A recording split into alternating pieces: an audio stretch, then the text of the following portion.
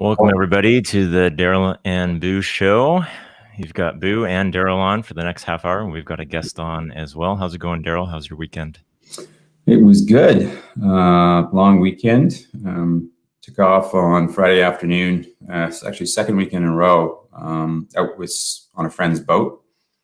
Actually, we had two boats out this trip. One powerboat and one sailboat. We were on the powerboat, so we got there nice and quickly. In the sailboat, a couple of friends sailed over. We stopped at a little place called Plumper's Cove, which is kind of right across from the Gibson's Harbor.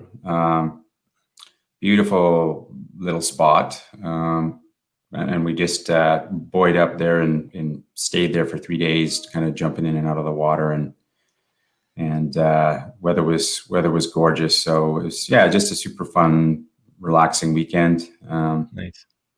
Yeah, just amazing how I think it's maybe 40 minutes going at a comfortable speed out of Thunderbird Harbor. You're just in this beautiful little kind of getaway. There's eagles nest just above us and lots of seals around and all sorts of wildlife. So beautiful little spot here in BC and on BC Day. So it was great. How long did it take for the sailboat to get over? I want to say they kind of left at 11 in the morning and kind of got over around 5. They had a bit of a mishap. They're the two friends that were sailing it. It was pretty windy, so they were making good time, but they had a little bit of mishap and their foresail ripped. So they had to kind of wind that up and just go on the mainsail, which slowed them down a little bit. But I think it was probably about a 5-hour trip for those guys. So how about you? How was your weekend? It was good. My in-laws were down this weekend. My mother and father-in-law, and one of the tasks that we had was going to my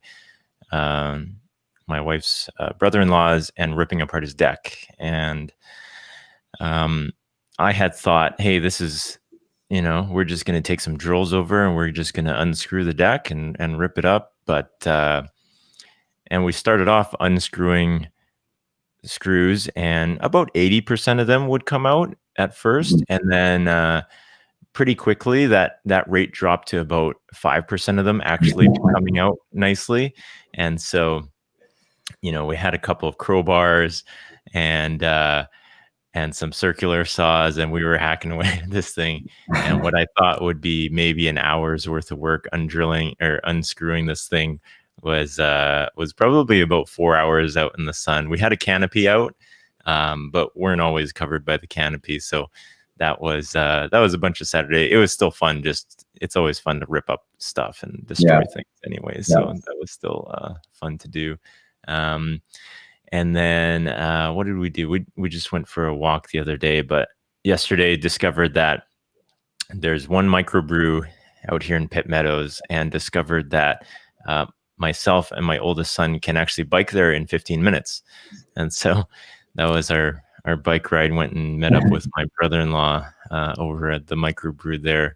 and yeah, rode our bikes over. And unlike you, our bike ride is uphill the way there, a little bit uphill the way there, and downhill on the way back. So it's a Nice. little Better. bit easier on the way back. Yeah, And that's Fulmer's Folly in your neighborhood, right? Isn't it? Or that is no, it's one of those beers. Fulmer's. Yeah. Fulmer's Folly. And so I've discovered, for anybody listening, I've discovered my new favorite beer there is a dark sour. Which is it's a really interesting taste because it looks dark and it has some hints of like a porter, but it's also a sour. So I just thought it was an interesting taste, and it's just nice in the heat. It's, I don't particularly like really dark beers in the heat. I prefer like a really lighter beer, but that was actually a good mix of both. So nice. Have to check that one out. Yeah. So let me bring on Jan. Jan is from our NGINX team. Hey, Jan, how's it going? Hey, good morning. How are you doing? Very good. I see you're not in the office today. Well, nobody's ever in the office, I guess. But you're out and about now. You're our NGINX specialist covering Canada. That's correct. Many of our customers have met you already, but for the folks who haven't met you yet, why don't you introduce yourself? Yeah, for sure. Well, thanks for having me, first of all. Yeah, my name is Jan, with the, I guess, hard to pronounce last name Goerge, which suggests that I'm German actually originally, and I'm living in Toronto now for over a year and covering NGINX across Canada from east to west, and yeah, working a lot with you guys, and excited to be in this new environment. It's a new role for me. It's a new country for me, of course. It's a new challenge for me. So it's exciting to be here. Yeah, very cool. And you had actually previously lived in Ireland. That's correct. Yeah. So I haven't actually lived. My hometown in Germany is called Cologne. It's in the Midwest. It's between Frankfurt and Netherlands, roughly. But I haven't lived there for, I want to say 5 years now. So I think in 2015 I moved out to Ireland to study and did my master's degree in politics, and met my now wife. She's from Toronto. She studied medicine there, and she got a job in Toronto, and we were dating for a while, and it was going well. And I said, why not moving over to Canada and to try that out. And at the time, F5 acquired NGINX, and we had a office all of a sudden in Canada. So for me, it was perfect timing. I'm very grateful for it. But yeah, I haven't lived in Germany for a while, and people are confused often with my accent because it's a little bit of German, it's a little bit of Irish, it's a little bit of everything. So, but yeah, I was in Ireland for 4 years. That obviously influences how you learn a language. Cool. I think your audio is just catching up to your video there. I'm sorry. It might be because of the cottage reception that we have up here, but let's try to make the most of it. Yeah, so you're living the Ontario life by actually spending some of your summers at the cottage as well. Why don't you tell us about where you're at? Yeah, I try to. I mean, we can't really travel around at the moment. So, and when you live in a new country, you try to see as much as you can. And luckily enough, I have in-laws who have a house in Peterborough, which is 2 hours north of Toronto, the city. And we came up here for the long weekend. And since we work from home all the time now these days, I thought I might as well stay a few days up here and jump in the water, jump in the lake between calls. But unfortunately, it's pretty rainy today, so I'm not sure if I actually follow through with that. But yeah, they say it's the Ontario lifestyle, and I'm just do what I'm told. Yeah, very cool. So the your wife is working full time, like she got a full-time gig in Toronto. Then she works in medicine as a doctor. Yes. Or... Yeah, exactly. So she was a nurse and emergency resident, and she studied medicine on top of that, and becomes a emergency doctor. And she's working full time, which these days is quite a challenge and quite humbling for me, because she works actually really hard. not to say that I'm not, but when you work in front of a computer, you're pretty safe. Yeah, that's a tough occupation at the best of times, even all this stuff going on. Yeah, that must be something. That's correct. Yeah. Yeah. So what are you enjoying the most about living in Canada so far? I think like they warned me about the winter, but I actually did enjoy it to an extent because we don't really have a winter to that extent over in Europe. I mean, you have the odd snowy day, but it's not really consistent. So going out cross-country skiing and all these kind of things for me are super exciting. I have to say though, in April, it's gotten a bit long. You have to deal with it. I'm actually big into hockey, so I played myself for 15 years back in Germany, and so I'm big into hockey, and that was something I was really excited to be in the home country of hockey and play myself again in a beer league or whatever. But then COVID hit, so kind of slowed that all down. But at least we get to watch it now a little bit as it starts back on, and I'm being told that the Leafs are winning the Stanley Cup as they say every year. So excited for that. No, but honestly, I think hockey is one of my passions, and I'm excited to be in the country where it happens. And I hope eventually I can join a beer league or something and play again. That was one of the things I was really excited about. Yeah. Besides that, I think Canada's a really good country to be in. It's lots of outdoor stuff. People are nice and friendly. Pretty safe, pretty comfortable living here. So it's a pretty good place to be. Yeah. Nothing to complain about. How far did you get in hockey there? Say it again? How far did you get in hockey in Germany? Well, first of all, as you say yourself, it's Germany, so I don't think the levels are quite comparable. I played until I was 21, and then I decided, well, NHL is probably not going to happen, so I probably won't be able to live with it. So I have to pursue something else. But I played in the youth pretty high, and then in seniors, like kind of a part-time job kind of thing for a couple of €100 a month. So nothing major. Nothing big or anything, but it was obviously a lot of excitement, and I actually probably learned more there than in any school or university about life and about working with other people. And so it's an exciting sport. Sports in general, I think, is great, but for me, it just happened to be hockey because I grew up right with the hockey rink in Cologne, and actually it's the same club where Leon Draisaitl, he's one of the players of the Oilers, who's doing pretty well these days. He's from the same town. Not to say that I know him or he would know who I am or something, but it's the same roots, I guess. But he now plays playoffs, and I'm talking to you guys. Huh? Yeah, that's how it goes. He's an amazing player. Yeah, yeah, for sure. And besides that, I think what I'm still excited to do is exploring more of Canada than just Ontario. I've been to Halifax before, further out east, but I was hoping to get the chance to. Yeah, also visit you guys and see customers with you and work closely with you, and also take that as an opportunity to explore the West, because everybody from Canada, from Ontario, everybody says you have to see BC because it's so beautiful. So I kind of want to do that, but see when COVID allows me to do that. So a day at a time. Yeah, definitely lots to see out here. That's for sure. So looking forward to when you're able to make the trip. Yeah. Fingers crossed. Yeah, bring your skates. Yeah. Promise. Yeah. Have you gotten to do any skiing during the winter then? Or you mentioned cross-country skiing, but I'm guessing no downhill. There's some small hills in Ontario, I guess, but... Yeah, I only did cross-country skiing.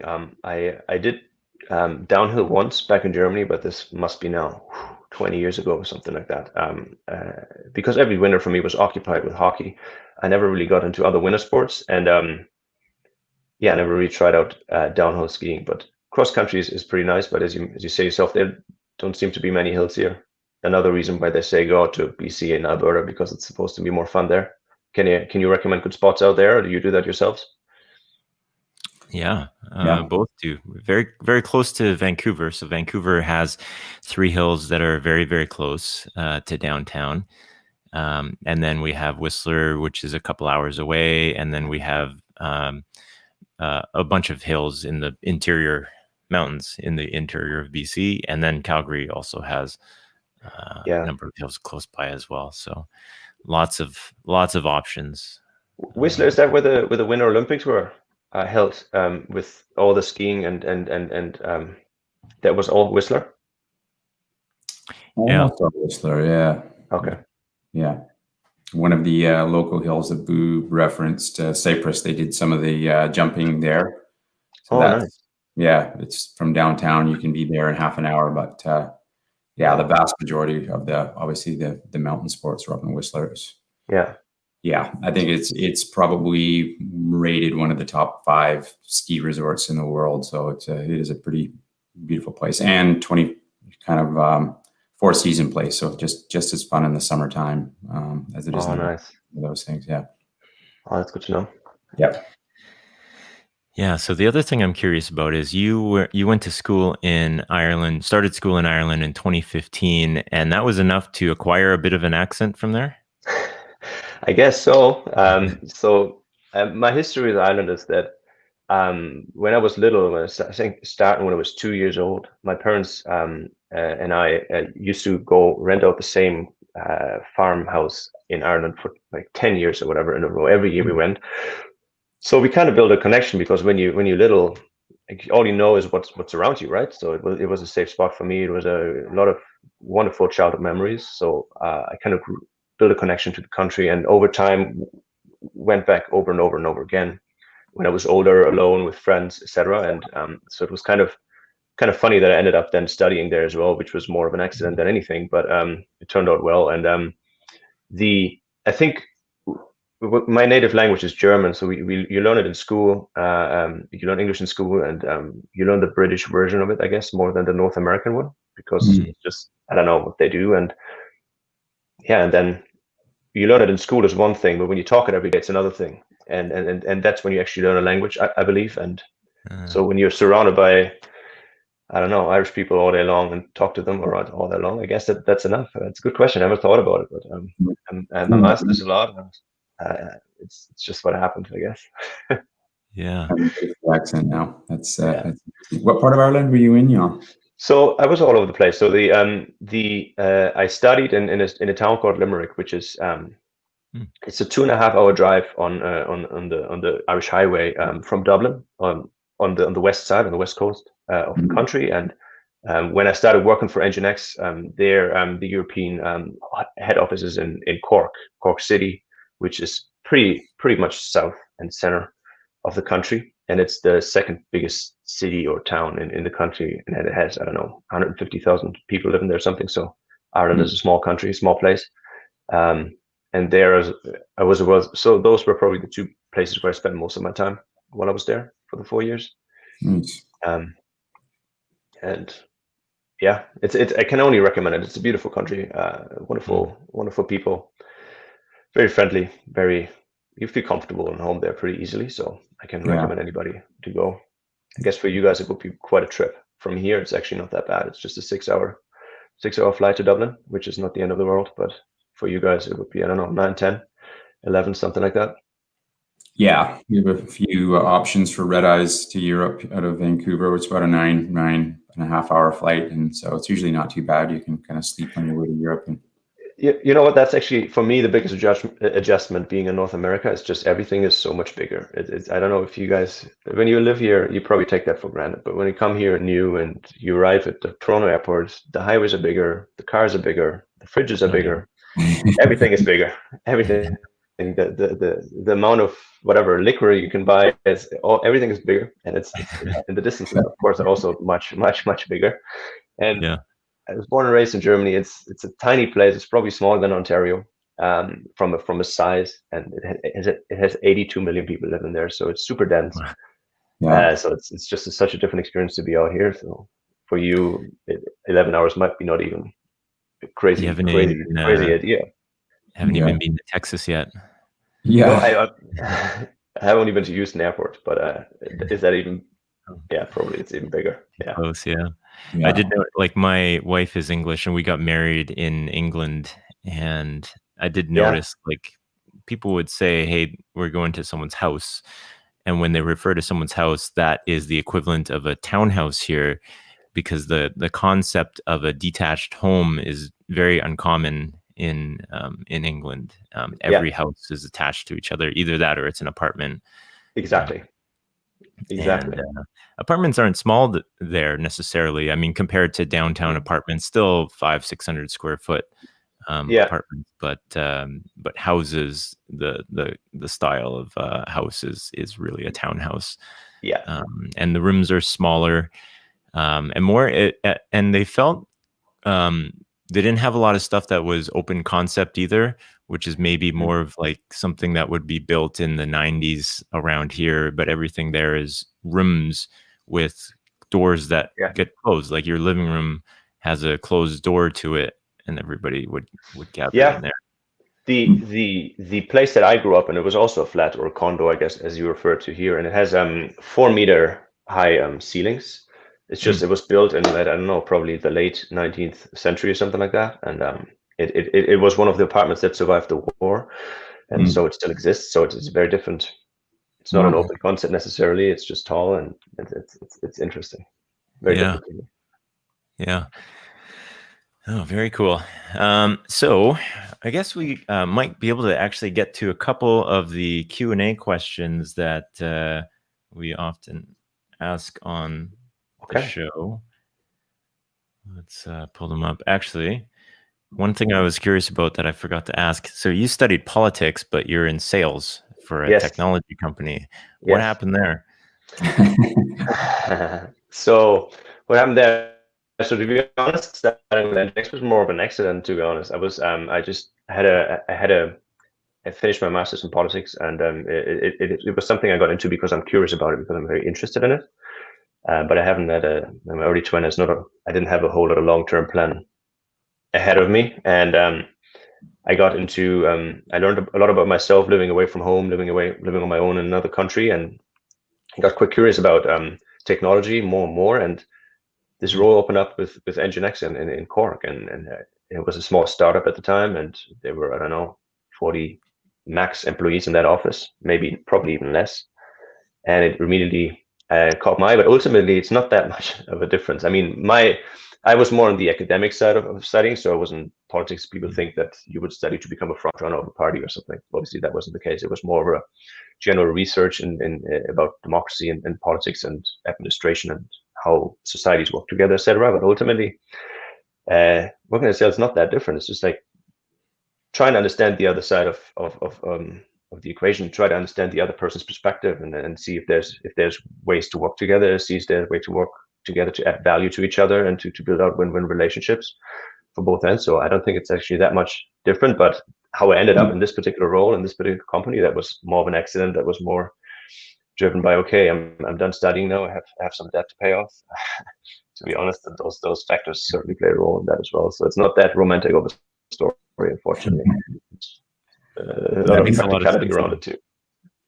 I'm sure there's a lot that you learned, as you said, and it transfers over to sales. So interesting. Yeah. Bridging two sides with opposing ideas is a challenge found in all sorts of business. Yes, and life, right? And relationships and everything. So would NGINX be your first job then? No. So in 2019, I finished school in Germany, and I started working in a nursing home, actually. So I started working as a nursing assistant, and a geriatric assistant, probably what you call it. So what I did was, I wasn't obviously educated to give people medication or anything like that, but I did all the heavy labor in terms of supporting elderly in their day-to-day life activities, and whatever they needed to be doing. And that was my first job, and I wasn't quite ready yet what to study, and but I wanted to have a job, and I wanted to save up some money. So I did that for a year, and it was actually an incredible experience. It was tough work. It's very hard work in Germany. I think, in my opinion, it's probably underpaid. I don't know obviously how it is here, but that was my perspective. And it's shift work, it's physical labor, and it's a lot of personal interactions with people who, I don't know, might have dementia or struggle with life and death decisions to make, etc. So that was a very humbling and great experience, and I did that for a year and saved up some money to travel the world after, and that was a great experience, both like what I awarded myself with after, but also obviously the whole year to do that. But that was actually my first job, and I think in Europe it's a little bit different. You don't necessarily go straight into university when you're 17 or 18. You tend to take some time in between, try to figure out. Traveling is very popular in Europe. because it's also very easy to travel across the continent. So I think it might be a typical life might look a little bit different at that time of your life. Yeah, very cool. One of the questions that we have on the Q&A that's interesting, given people's ages, is what your first computer was. It'd be interesting to find out what yours was.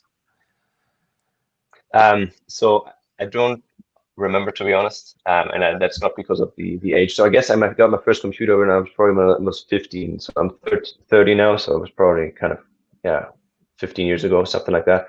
And it was definitely one of those old desktops where you have this big ass machine standing underneath, and you have this big, large, huge monitor on top. It made a lot of noise.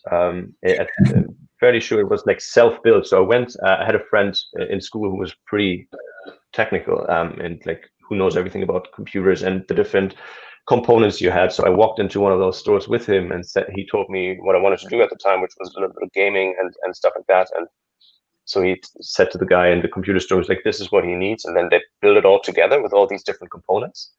That's what they did. So it wasn't a out of the box thing, but I wouldn't be able, unfortunately, to give you a lot of details that you maybe were hoping to get from me right now, just because I was never really into that. I was just wanted it to work and use it. And whenever I had an issue, I knew back then, okay, I'm not going to be able to fix it. So I need to have people who I can work with, and maybe I can return a favor on something that I'm good at. Yeah, fair enough. Cool. So I know you had a meeting kind of right up against this, so we'll get this wrapped up now. So we usually have on somebody later on in the week that kind of ties into the person that was on earlier in the week. Now this week we actually have on HashiCorp, but I've been speaking to, this is a teaser for all the listeners out there, that I've been speaking to the product managers for NGINX Controller. So we'll actually have them on in the next couple of weeks here and talk about all the fun stuff that's been happening with Controller, because that was a big part of the acquisition of NGINX. There was, and this is public information, but there was an incubation project within F5 to actually build something that was similar to Controller. Buying NGINX and combining the two companies was able to accelerate that roadmap for us by 18 months. And we were able to release Controller very, very quickly. A real revolutionary product in terms of application delivery and kind of the really rich value pieces around API security, API management, web application security, next generation load balancing type stuff. So really looking forward to having those guys on, and any of those conversations we can have with folks with Jan involved to talk about how that can get architected into modern applications. So looking forward to that in the next couple of weeks. Good. Cool. Fantastic. Yeah. Otherwise, if anybody wants to speak to Jan, they can reach out to Jan directly. Find him on LinkedIn, but it'll generally be facilitated by myself and Daryl. So we'll have lots of great chats with them. All right, folks. All right. Thanks for jumping on, Jan. And thanks for having me. Pleasure. And have a good day. Cool. We'll see everyone later. Bye. Bye now. Thanks for checking this out today. If you're watching via YouTube right now, go ahead and click subscribe down below. Also click the bell for notifications. That way you will find out when we are dropping a new video or when we're going live. Also, there's DarylAndBuu.com. If you head over to that, leave your name and email address, we will drop a weekly technical newsletter in your inbox every Monday. Also, this is available via podcast, Apple, Google, Spotify. Head over to one of those, hit subscribe, and you'll be able to listen to us in the car on your commute or during a walk or a run. Thank you very much, and we will see you next time.